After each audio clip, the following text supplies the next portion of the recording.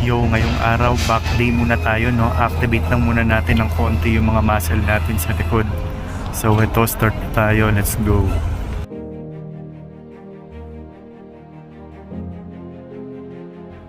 Bale, light back day lang pala tayo ngayon, guys, no? Dalawang variation lang yung ginawa ko dito kasi meron pang pasok mamaya. So, masakit yung likod nito. Pero normal lang yun. So, ito, start na tayo. Let's go.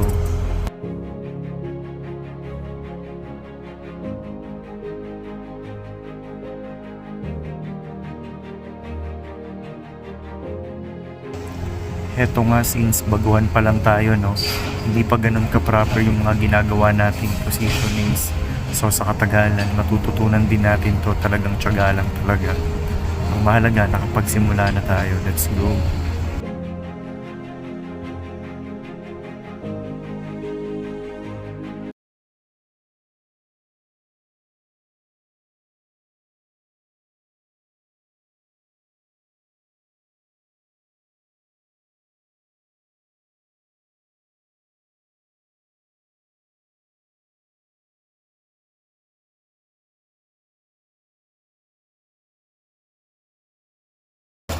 Ayos, nakapag light back day na. See you guys sa mga susunod nating mga videos.